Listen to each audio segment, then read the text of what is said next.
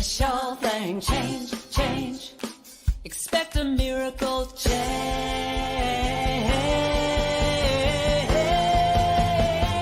Watch me change when you change the way you look at things. The things you look at change.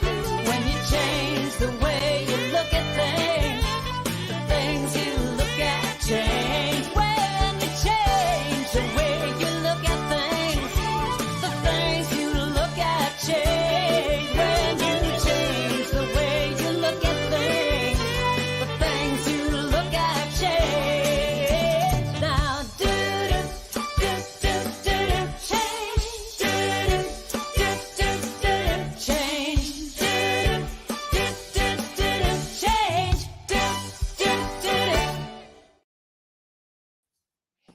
Good afternoon and welcome to Spirit Cafe. I'm your co-host, Barbara Schreiner-Trudell, and of course, Cheryl Rogers, my other host. And we are so excited to be here with you today. I want to say I left a little early last week. My apologies. I wasn't feeling well. And then as I logged off, I got an urgent prayer request. So my apologies for leaving quickly, but these things happen. All right. Well, let us begin with the land acknowledgement. And as we gather from many places on Turtle Island, we as settlers are grateful for the opportunity to meet here. And we thank all the generations of people who have taken care of this land for thousands of years, including the Métis, Inuit, and all Indigenous people. And our guest today is grateful to live and play and work on the traditional territory of the Hopewell people. And although I'm not a person of African descent, I'm committed to continually acting in support of and in solidarity with Black communities seeking freedom and reparative justice in light of the history and ongoing legacy of slavery that continues to impact Black communities in Canada and the US.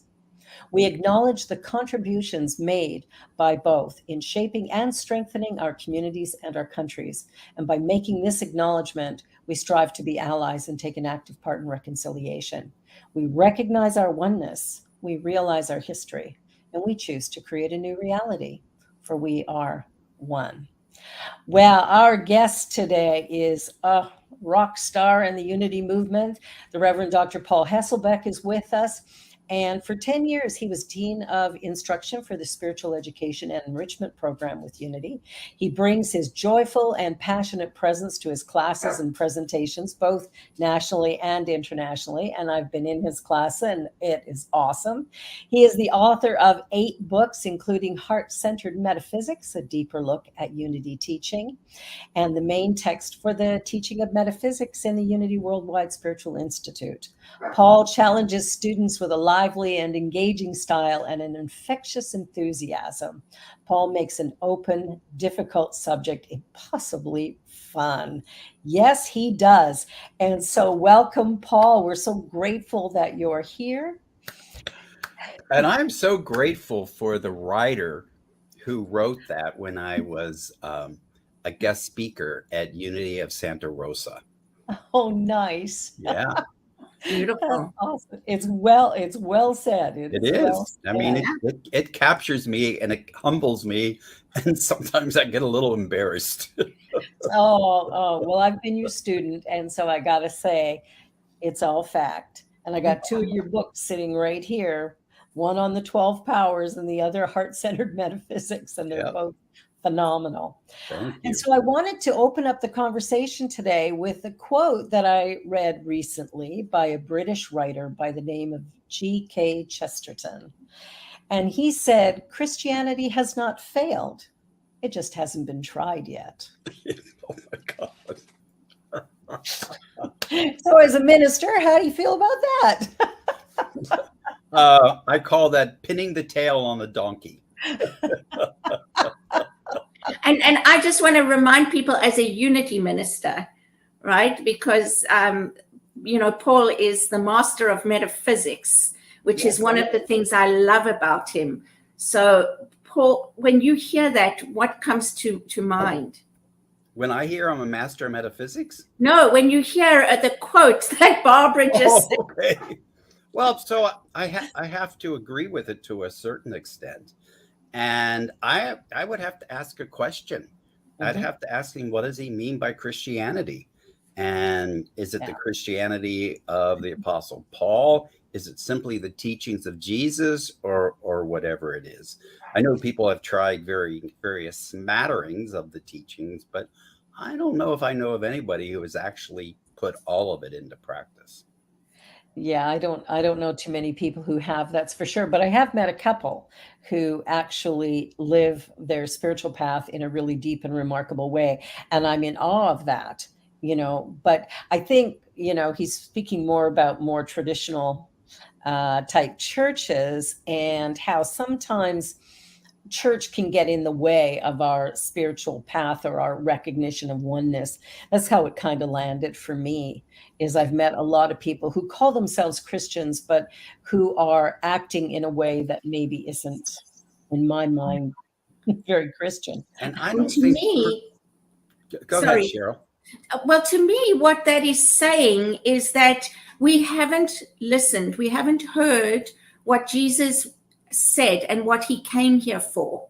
And instead of living by his teachings and the things that he really showed us, we have made Christianity into something else. Yeah. And I Yeah. don't know of a Christian that believes in oneness like we do. Mhm. No. And wait a minute, let me clarify that, because when I say we're one, or we're oneness, I mean in our divinity we're identical, Yes. and in our humanity I celebrate our distinctions, Yeah. because we are each expressing uniquely, and so we're identical in our divinity. Yes. But I'm not you, you're not me, and you're probably glad you're not me, and vice versa. I'm just glad I have more hair. That's all. Amen to that. Barbara. You can probably count the scars I have up here from hitting things. So one of the areas I'd love us to move into is something that you mentioned in an email about what religion and spirituality may have gotten wrong. Yeah. And so seeing as we're talking about that, the Christian understanding of Jesus's teachings, I thought that would be a great next question. What did religion and spirituality maybe get wrong? Well, so all of this is, in my opinion, some of it proven in my life, or actually most of it. I mean, I don't teach something that I don't live, first of all. And I think that's an important thing for a minister or a licensed unity teacher, or for anybody who's on a journey of finding. I think it's really important to live, or at least be going in the direction of leaning towards and doing what we teach. So the first thing, that really big thing I question, and wow, I don't know where to start with this, because fundamentally the founders of New Thought questioned the answers that Christianity had. And they were asking, what did they get wrong? Or what if Christianity got it wrong? Mhm. And that's what I say here. What if I've gotten something wrong? So when I first heard this phrase, I heard this phrase in the context of two people being in a heated discussion.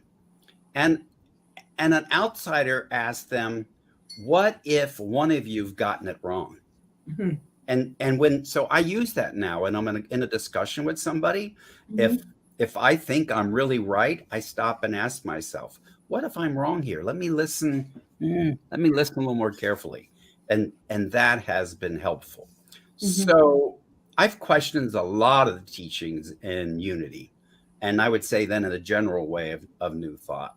But one of the teachings that permeates spirituality and permeates religion is the concepts or the beliefs around fear. And so mostly we're taught fear is the opposite of love. Fear is something to be avoided, to get over in some way. Well, a few months back, well, maybe a year now, when I was speaking at Unity of Dallas, I was working on this idea of love and fear. And suddenly I realized that fear is not the opposite of love. In fact, fear cannot exist without love. Now, to some people, that might be blowing their circuits, and that's fine.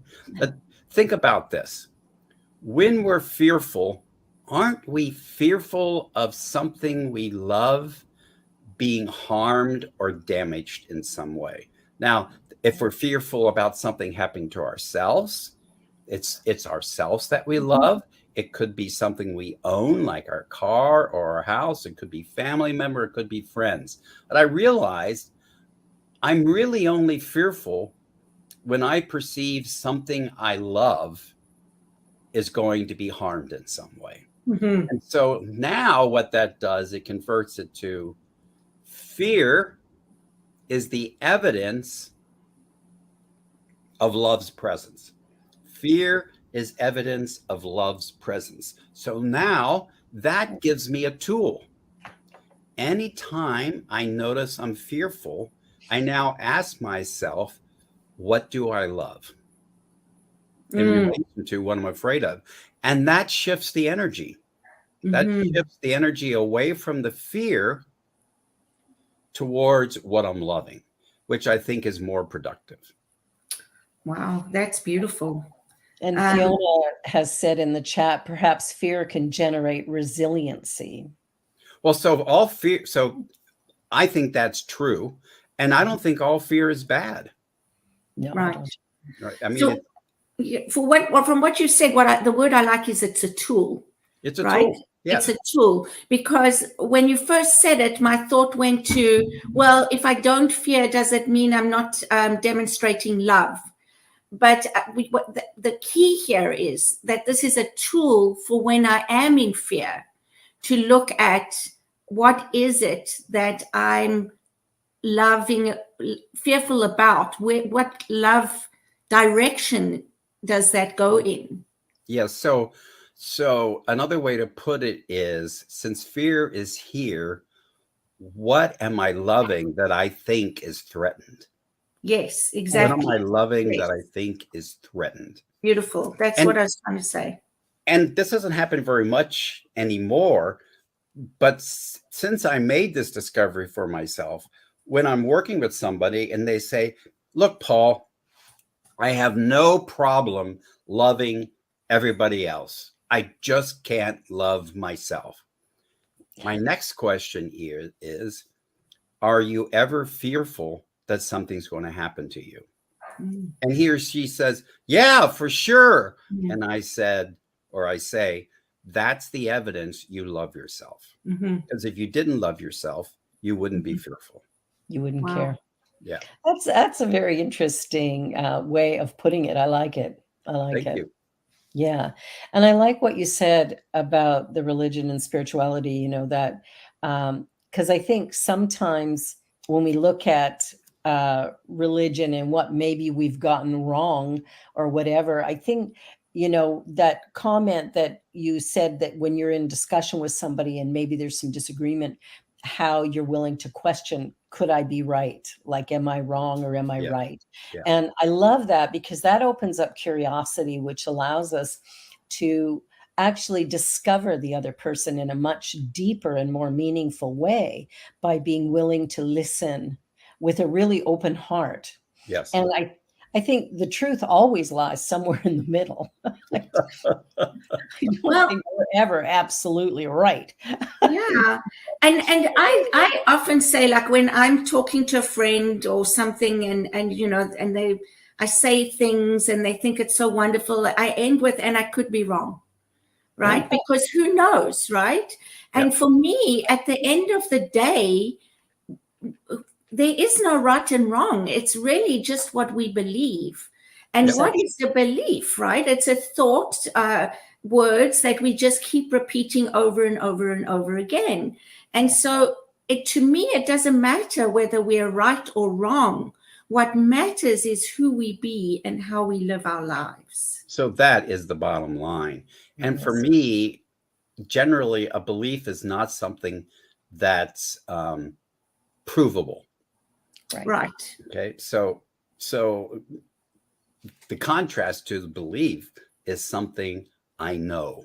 Okay, so for example, I know, which is at this one here, this rectangle is blue. And so for me, there's no discussion around that. That's blue. However, if the person can't see blue, well, then they might be right. I've probably would have been better to choose red, because I'm saying this is red, but a person who's colorblind would see in grays. So this black and white, blue and red, and what's right and what's wrong, it can still be a little fishy. But there are things that are more like facts rather than beliefs. And when we're talking about spirituality and religion, we are playing in the playpen of beliefs. Yes. To an extent, because I really think that now spirituality and science are closer than they've ever been.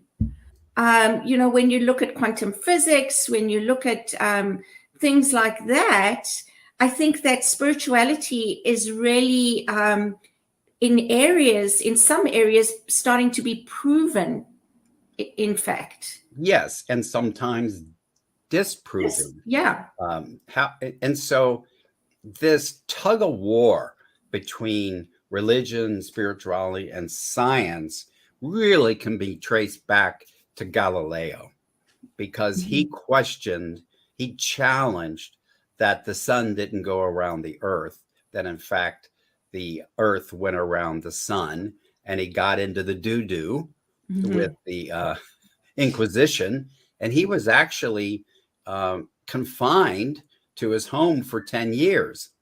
And there is some belief that because he was confined to his home for 10 years, that he is considered the father of science and all kinds of things.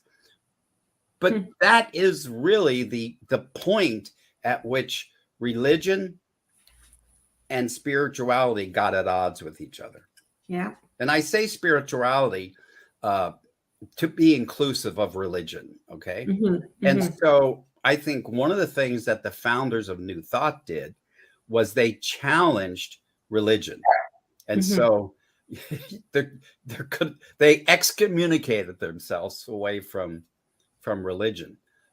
But I can speak for sure from Charles Fillmore. He believed in science. He believed that science and unity, or science and New Thought, should not be separate. And in fact, you can find evidence in his lessons of quoting people, even the people who were nascent quantum physicists before they were even designated that way.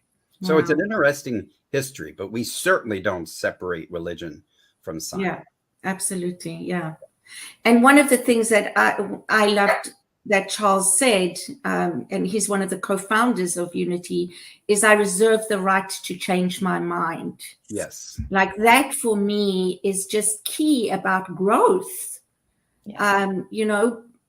both mentally, physically, and spiritually. It's that I can reserve the right to change my mind. And I think if he was here today, oh my gosh, I think he would be in his element. Yeah, and he'd be really old too.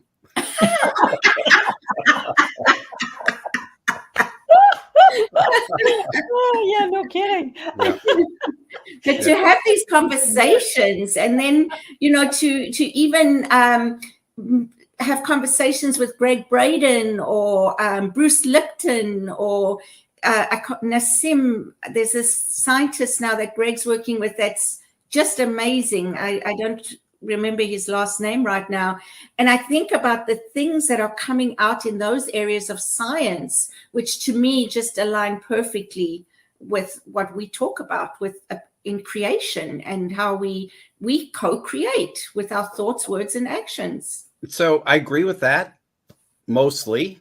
And we still have to look at what they're saying with a critical eye or an analytical eye. Because Right.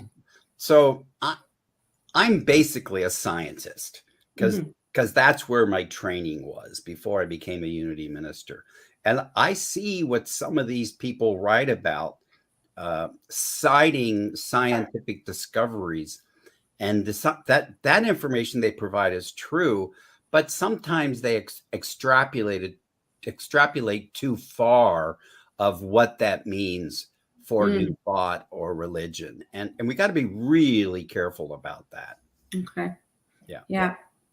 And I love that both, whether it's Center for Spiritual Living or Unity, that there is right from the foundation, there was that idea of being open at the top. Yes. That this teaching will evolve, that it must evolve. Because evolution is, I mean, everything is growth, right? In spiritual, there's that law of growth. Everything is moving forward, or it is moving the other way. So we want to always be open. And I think that's been a challenge for some people sometimes to be okay with saying things slightly differently than what they were in the beginning.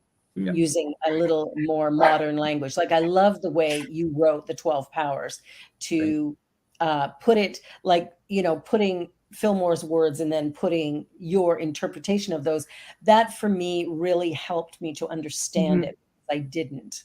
And it was really valuable. Well, I appreciate that. And thank you. And that was my purpose.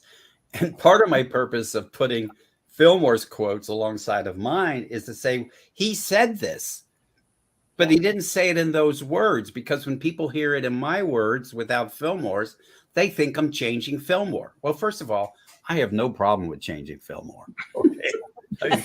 if there's good reason, we change Fillmore. But the one of the challenges all organizations have, but especially in the realm of spirituality, is that there will always be people pushing back. And that's part of the process. And to live with that and find a way to accommodate that so that we can expand and grow, because what they do is prevent a person like me from going too far. Yeah. And so there's like a check and balance going on here. And I think so when I was dean, I didn't choose the other instructors to believe like I did. I chose instructors that I knew believed differently in some ways. And that was so when the students went through the program, if they came on campus, they got a variety of point of views. And so then they get to choose. But sometimes we had students say, well, isn't there one belief? And I go, well, not so much. You get to choose. We're going to say things similarly and distinctly. And we know you have the intelligence to discern what works for you. I think that's one of the most important things about New Thought is we don't lay down laws, rules, and regulations to say, here's how you have to be acceptable to us. What we're saying is you're unique in your own expression of life and living, and finding that and giving that into the world is of the most value. So question. Question. Yes. And so one of my things is we have to be in a state of questioning our unquestioned answers. I'll say that again, questioning our unquestioned answers, because it's our unquestioned answers that can hold us back. Wow. Yeah. I love that. Yes, me too. I'll tell you, you have a turn of phrase that always causes me to think. I think that's why I loved your class so much. It was like, let me just. Well, so all of my classes aren't actually designed to do this, but they do this. It's to invite critical thinking. Yeah. And that's important to the growth of the movement, as far as I'm concerned. That's essential as a minister. Yes. If you can't sit in the question, if you can't explore things from a new perspective, then I think that limits our ability as ministers to actually be with the people that we are meant to serve. that we have to do it with an open heart and a critical mind so that we can be clear. And curiosity. Oh, yeah, big time. Curiosity. Yeah. Well, we're going to take a short break, go to the commercial break, and then we will be right back. You're watching Spirit Cafe, and our guest, the Reverend Dr. Paul Hasselbeck, and of course, my wonderful co-host, my beloved sister from another mother, Cheryl. We will be back in just a minute. Don't go away.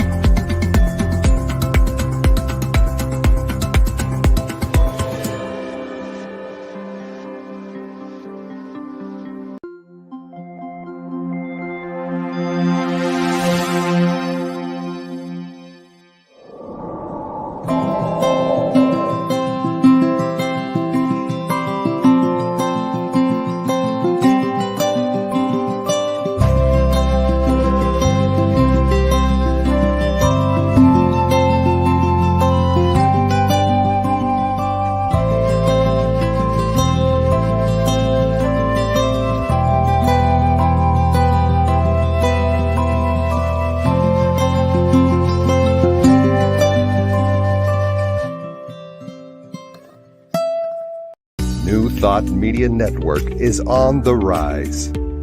We're looking to grow with you. Do you have technical media experience? Or perhaps a desire to learn? Are you willing to volunteer your precious time and attention? We share this message to benefit all. If you possess a computer with a camera and a microphone, we will share our knowledge with you. Behind the scenes or being the star, let us bless our one. Contact us at info@ntmedia.org.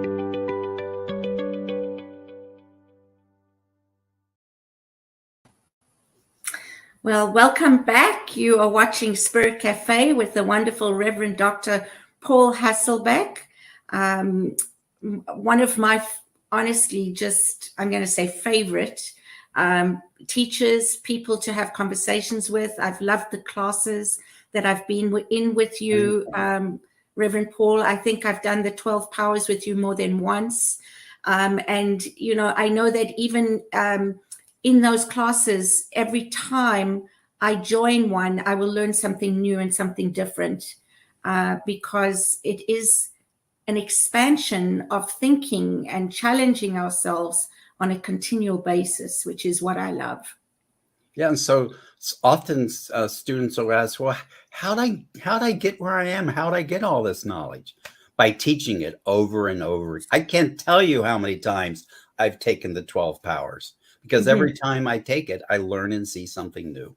Right. Yeah, absolutely. With all these new thought classes, and probably with many classes in general, you know, I know that even if I read a book, if I read it again, I'll pick up something that I probably missed the first time I read it. So I think it's a good thing to be willing to go over things. Yes. So let me give you a point of view on that. So when that happens with a book, you didn't miss something. You didn't see it from the consciousness you were at that time. And then when you go to the book again, you see different things because you've changed. So I can never read the same book twice because I'm different moment to moment. And the more time. Yes. And you know, there's that saying, when the student is ready, the teacher appears. I say, when the student is ready, the teacher is apparent. Oh, I like that. See, I love so that. when I'm ready, I can see the teacher. Yes. But yes, if I'm not ready, I don't want any of that, yes, right? yes, And it's right for me. yes. And I so love that. thank Yeah. you. Thank you. What it, you know, what it's making me think about as well is this, when we say we attract things. What you're, this is something that I think we've discussed before as well, is that it's not so much that we are attracting or creating, it's already there. But what we are doing is raising our vibration. When we raise our consciousness, we get to see it, Yes. which is more, rather than saying we are bringing it to us. Yes. And We'll see it then when we believe it. then whatever it is we're seeing, we bring ourselves to that. That's right. So, Yeah. so what I say is I can think and have the idea and love to have dark chocolate right now and really feel it and have the vibration of dark chocolate, but it's never going to be here until I go to the store and buy it. Mhm. And so I don't attract chocolate to me. I'm attracted to chocolate. And we do the same thing with people. Yeah. Yeah. Except that somebody might just knock on your door and bring you some dark chocolate. Well, so if that happens randomly, I will accept the dark chocolate. But here's the thing. That happens so infrequently, it can't be a law. Right. Exactly. Right. Yeah, It's the an laws accident, are exact and basically. consistent. So what we're talking about is things we can predictively use on a day-to-day basis. That's what I'm looking for. Mm-hmm. Yeah, these random things happen. Hallelujah. I don't even know how they happen. Mm-hmm. Yeah. But then to go through my life expecting someone to knock on my door and give me a new car and give me a husband or a wife. Yeah. No. I'm going to be waiting a long time. Right. I'll be right back. Okay. Yeah. And so that for me also makes me think about how when we talk about creating or co-creating, we talk about putting a feeling and an emotion with it as well. And so for my interpretation is that when we have feeling behind it, that is what is helping raise our vibration, because that feeling is a higher vibration of love or having something happy, joy, whatever, than not having it. So we feel that we have it, and so we are then raising our vibration towards it. Yes. So what's important for me to remember in that context is consciousness has 3 components. At least that's what science is telling us right now. There's awareness. There's the middle one, which out of my mind right now, and motivation. Right. And when we have awareness about something, we begin to activate ourselves around that. And the more we activate ourselves around that, the more energy, the more emotion, the more feeling we have around that, the more likely it is we're going to have the motivation to do something, to get it, to build it, to create it, to call somebody, whatever it is. Yeah. Yeah. And so it's important to think of these 3 levels. We don't need the names, but we need to know what they do. Yeah. Yeah. Yeah. But there's lots of things we're aware of going through the day that there's no activation at all. Oh, the word is arousal. Yay. Oh, So what I say, I still have a memory. It just takes longer sometimes. No, and the word contemplation came to mind to me as well, right? Because I think contemplation is also like a next level of awareness.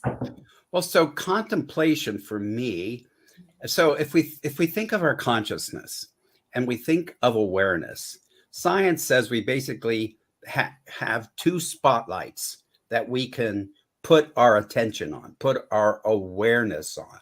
When I go into contemplation, I'm putting both of those spotlights on one thing.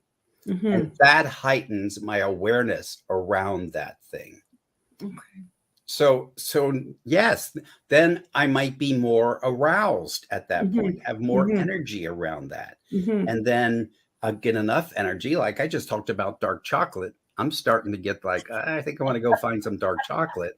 And eventually we're motivated to do something.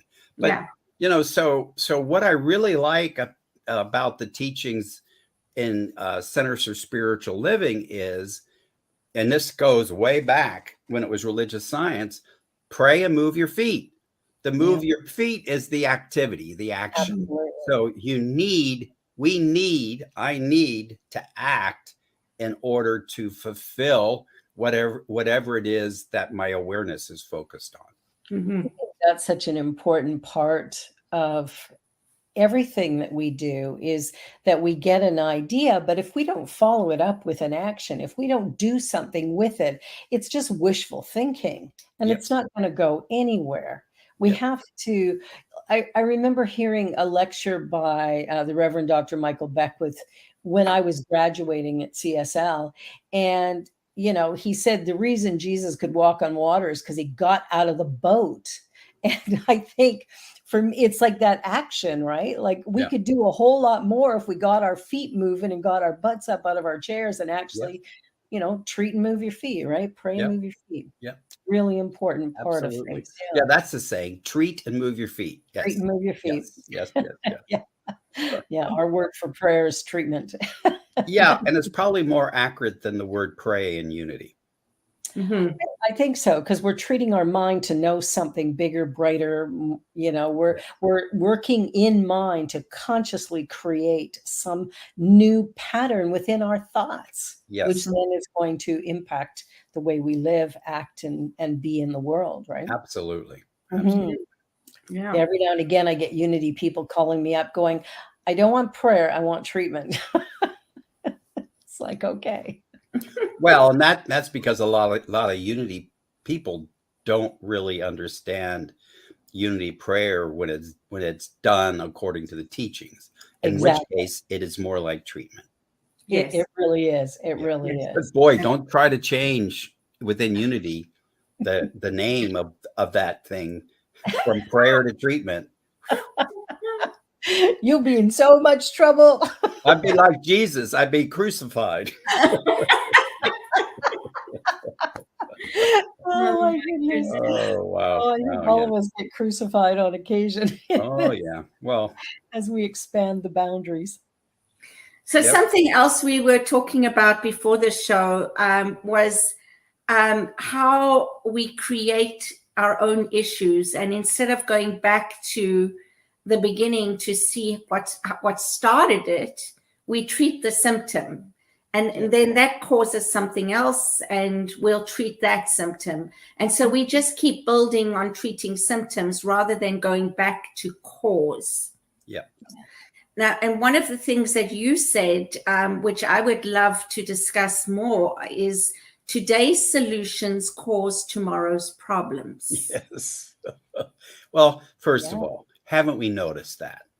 Mm-hmm. So I come up with a solution, it's working. Then I notice that as a result of that solution, there's now a problem. And so, gosh, I'm having, maybe while I'm talking here, I'll think of a good example. And that happens mostly because we don't go back to the unadulterated divine idea or principle that was used to manifest this thing that now isn't working. And so it's not working. Instead of going back to cause, which would be the divine idea or principle in my language, or power in the case of 12 powers, if I don't go back there, I'm starting from a place that there is already differentiation, and it already contains some of the error that gives rise to the first solution that didn't work. Right. So this is why when I'm teaching prayer, or we can say in religious science or Centers for Spiritual Living, when I teach treatment, it's all, so we say, go back to source, right? Mm-hmm. Problem with that, it's too vague. If you tell some people go back to source, they just think it's going back to God and they don't know what to do with it. And then that brings me, I have to bring it up. That's vague. And what happens in vagueness stays in vagueness. And so what is God? Well, it's principle, it's law. So it's going back to the germ, the seed principle in its purest state, and then using that to manifest something, and now doing it differently than I did to get the result that I didn't like. That's essentially it. Yeah, I think when we focus on source rather than on the problem, we begin to see better results. I like Emma Curtis Hopkins, how she talks about good rather than using the word God so much, going the word good. We're seeking good, and that has less negative energy around it than the word God does sometimes. Yeah. So, you know, she really, and I mean, she was talking about that a long time ago. Long time ago. But she couldn't predict what happens when that word is used in our time. And mostly what that does is people response to it is bad. That the good has an opposite. And so that gets in the way of their understanding. And I no longer really like to use the word source for this thing, whatever it is. I like to think of it as a resource, because that's great. it's something we use, and that's not new to me. So in all of Charles Fillmore's writings, he never directly says God is source, but he implies that. But there is a sentence where he says God is resource. I like that. So the metaphor I use is, when we're manifesting or creating, it's like if I go into my kitchen now, I can find in the closet and the refrigerator, or in my pantry and my refrigerator, all the ingredients to make a cake. But we could wait to the end of time, and those ingredients would not put themselves together to make a cake. It Especially takes in my house. consciousness to do that. And if you're a bad baker, you'll get a bad cake. If you're a good baker, you'll get a good baker. You get the picture? Yeah, absolutely. So it's whatever consciousness we're bringing to those principles, those divine ideas, and learning how to learning what they are, and then doing it consciously. And then today's solution will tend not to create tomorrow's problems. And I like how you also refer to the 12 powers as principles. Yes. So they are those 12 are principles, and they are divine ideas. And Chuck, or Charles, gave them another name when he called them powers, because those were the 12 that he specifically associated with the manifestation of humankind. But they're just as much principles and divine ideas as the principle of generosity, or the principle of benevolence, or the principle, one that people eyes go up, the principle of force, which sounds horrible, but it's our ability to push things along, which we need, don't we? Yeah, absolutely. With power, I think power has been used in a really negative way a lot, but the power that's within us is so infinite and strong. Like, we have the ability to use it consciously, and it's not about exerting power over somebody else, right? Well, so misuse. That's true. And the thing is, just like with the cake ingredients don't have the ability to tell me how to make a cake. So the power of power, the power of dominion, doesn't have the ability to tell me how to use it. Okay. Now, I like to call it dominion. And that's our personal authority over ourselves. And we can misuse it in certain situations to have authority over others. Now, the situations that's proper are with children and maybe with elderly adults. And it's also the power that gives us agency, our ability to do, in a way. Yeah. And you talk about that as well. I think you have a diagram where you show sort of the overuse of a principle, in the sort of the good area, and then using it in the not so good area. But that takes me back to this thing that we say that is everything is all good, and I think just like power, people may misunderstand that. And you mentioned that, you said the problem with that is people think there's a contrast of the opposite. Yes. And that's not what it's meant when, did you say Emma Curtis Hopkins says that everything is, God is good. It means all encompassing of everything that is, both the shadow side and the light side.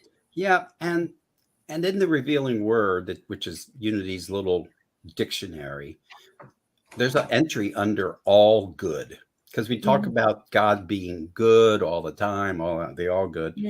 What was meant by that is the principle of benevolence, the principle of benevolence. And you can use benevolence in a multitude of ways.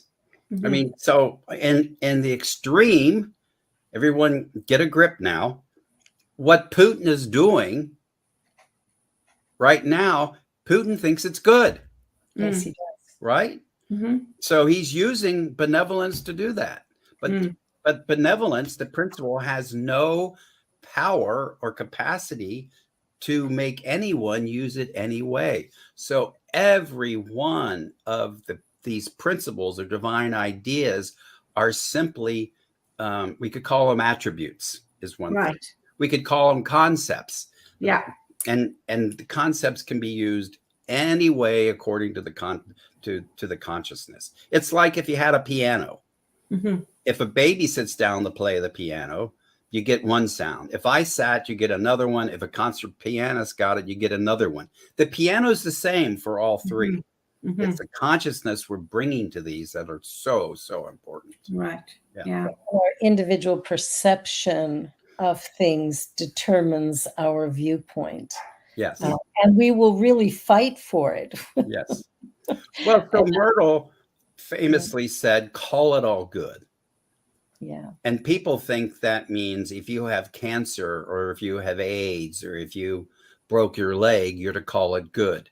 Well, it doesn't. She wouldn't be saying the broken leg or the cancer or whatever disease you have is good. What she was saying is when we approach it now with a consciousness of benevolence, a consciousness of generosity, we will use whatever it is to manifest something good, to manifest a blessing. And it's important, I think, to have that distinction.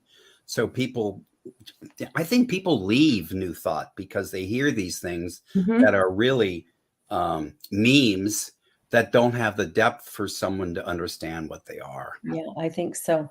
Yeah. I know for myself, like in reading Myrtle Fillmore's letters, it was life-changing for me.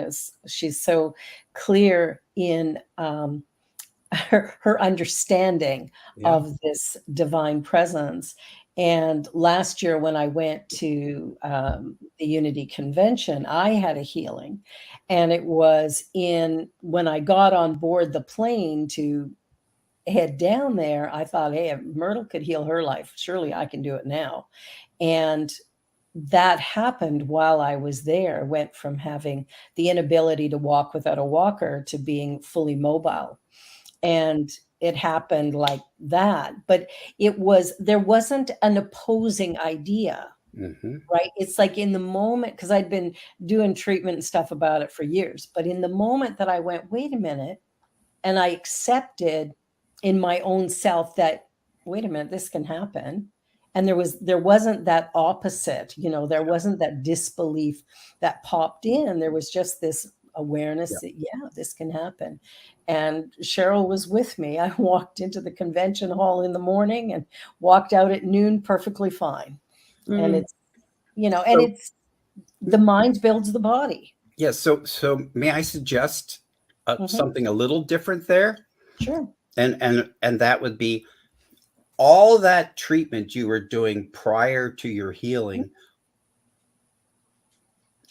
culminated in that moment. Absolutely. when you healed yourself. Okay. Yeah. Some people say, well, none of that helped. Oh, yes, it did. You were slowly shifting your consciousness. And then you arrive at that moment. Bingo. Yeah. And that's exactly what happened. Yeah. because the doctors said it was incurable. It could only ever get worse. Yeah. And it's like, are we believing in the doctor or are we believing in something else? And yeah, it was all those years of going, no, I can do this. I can do this. But it was that moment of when all of a sudden, all of the doubt disappeared. Yes. And, that was that moment of clarity. And and that's a profound moment. It is. And you were preparing that soil, so to speak. All right? along. Yep. Yeah.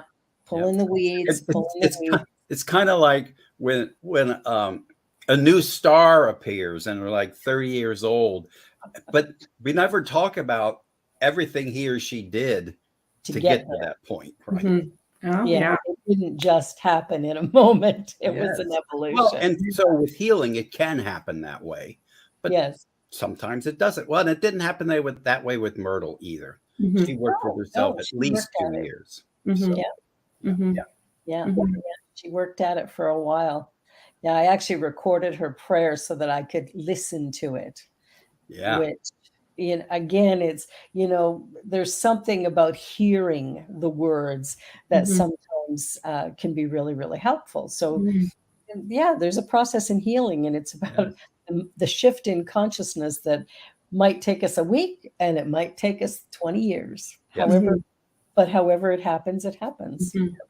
That's what's exciting. Congratulations. Yeah, absolutely. And I remember when the doctor gave me my diagnosis of HIV in 1987. He said, Paul, get your life in order. You're going to be dead in 2 years. And I said, there's a greater mind than yours. And I'm going to depend on that one. Yes. Oh, that's beautiful. Yeah. Love that answer. A good friend of mine had full-blown AIDS and was dying. And I sat down with him. I'd picked him up at the hospital, and there wasn't much more they could do. This was in the early 90s, I think, early 90s. And we were chatting, and I said, there's this thing that I do. Maybe I could do it with you. Are you open to that? I was talking about treatment. Sure. And he went, he said, I've never been afraid of dying. But he said, all my life I was afraid of living. Mm-hmm. And this diagnosis was the best thing. This disease was the best thing that ever happened to me, because I realized how loved I am and how I want to live. And so we did treatment together, and he healed so rapidly.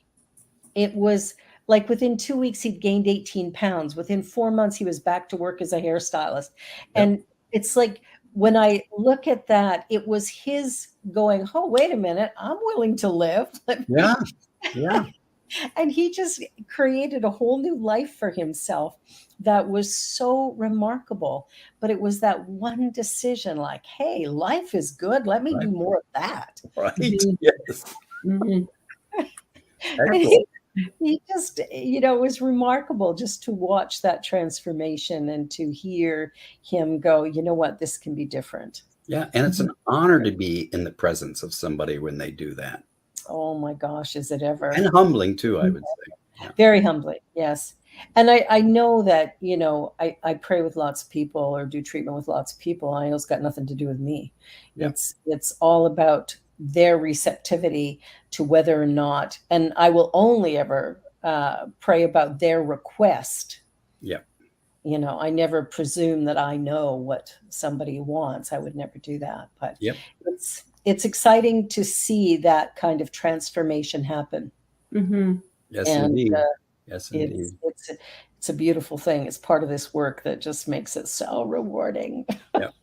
And we don't make the opposite wrong either. No, we don't. Yeah. So I have a question, Paul. If we use her walker to get through the airport quickly again, will that undo anything? I don't think so, as long as she knows the context in which she's using it. So Even a wheelchair. Like traveling with me, because oh my God, it was like zip in and out and in the back way and out the front way. It was just like amazing, and we were there. No lineups, no fuss, no muss.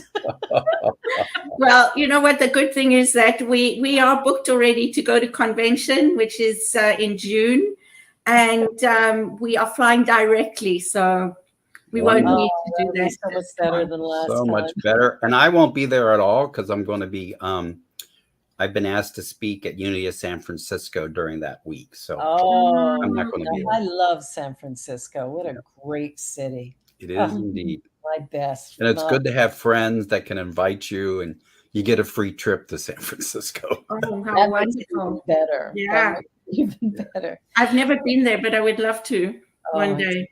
Yep. phenomenal. Mhm. So we're down to our last 5 minutes. Okay. And so what I would like to ask Paul is, what do you think you would like to leave people with as we end this conversation?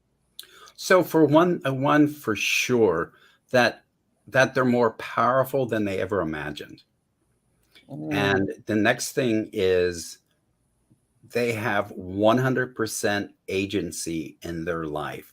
No one, no event, no thing can make you think or believe anything. That whatever you believe, whatever you feel, whatever you do are all your choices, even if it seems differently. Mhm. And knowing that. So my first book was called Point of Power, and it was a double entendre. So there's the point of power, and then each of us is Yes. a point of power in our own right. Mhm. And learning that no one makes us think or feel anything gives us such freedom. It does. It Yeah. does. So Awesome. those are probably the most important things I would put. Look at that. It came up right away. I call that book the book of my heart because it was my first book, and I just sat down and wrote it 3 hours every week, and it was done.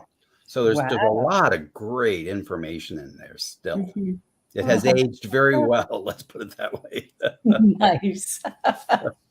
Oh, awesome. Thank you. Beautiful. Cheryl, any final thoughts? I would say just listen to Reverend Dr. Paul. He knows what he's talking about. Well, then you have to go to like YouTube and see what other people have posted, right? This would be a good time though to promote. Every week, every Monday, Tuesday, or Wednesday, I send out an email that promotes what I'm doing, but it's mostly to promote something I call the absolute word. I take the Sunday version of Unity's daily word and I put it in oneness language. I love it. It's free. Okay. Yes. You just write to me at alberthasselbeck@gmail.com and you can get it for free every week. Yes. And we are so grateful at Unity Kitchener, Paul. We use that in our service every Sunday. Wonderful. So thank you. And I'm grateful that Unity has given me permission to do that with the Sunday word as Yeah. well. Yeah. Absolutely. Used with permission, as they say. Yeah. It's so important. Oneness language is so important because everything else is confusing. Yes. So the thing is that the daily word is not written for Unity people per se. It's written for Unity people at a certain level and everybody else. And so I found there was a need for people who have expanded to this idea of oneness. Yeah. Yeah, really, really important. And I think that's what we find in your books as well. I know in the 12 Powers and Heart-Centered Metaphysics that the oneness language is very clear. You use it clearly in all your classes as well. And I think that is really essential there because healing the division, that idea of separation, is so important. And it can only happen when we make use of oneness language ongoing. Absolutely, because it undoes all that separation language. Yeah, exactly. Well, Reverend Dr. Paul, thank you. You're a wonderful guest. Cheryl, my beloved sister, you're my wonderful co-host. I love you so much. And I can never do that. Anyway, a little dyslexic. I don't know. We got to have fun. Exactly. Enjoy my heart. Oh, well, this has been a blast. Thank you all for watching. Thank you for being here, and have a most wonderful week. Be sure to subscribe and like and send us questions, comments, conundrums that you get from these shows at spiritcafeshow@gmail.com. Yeah, I got it right. All right, everybody. See you next time. Have Bye. a great week. Love you. On behalf of everyone at New Thought Media Network, thank you for being a member of our virtual family. Your financial contributions help share the New Thought message with people from around the world. Please visit and contribute at www.ntmedia.org/donate. New Thought Media Network, come be you. And please like, share, and subscribe. Until next time, peace and blessings.